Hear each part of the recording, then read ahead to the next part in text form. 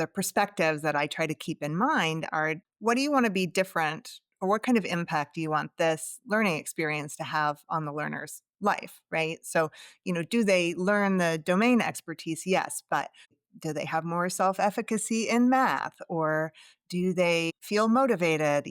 There are these other types of outcomes that can also be part and parcel of the learning experience and the learning journey. And so, it can feel overwhelming and just wholly impractical to try to apply everything that is known about learning into one learning experience. It'd probably be pretty overwhelming for the learner and dysfunctional.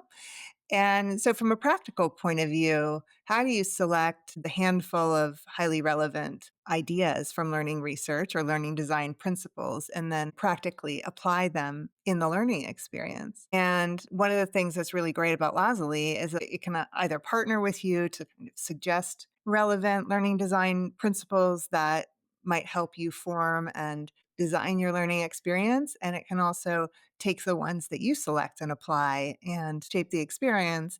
And furthermore, one of the hard things has always been not necessarily conceptualizing what should this learning experience look like what is the pattern or what are the contours of this learning experience? What are the key differentiators and how do we expect this to work?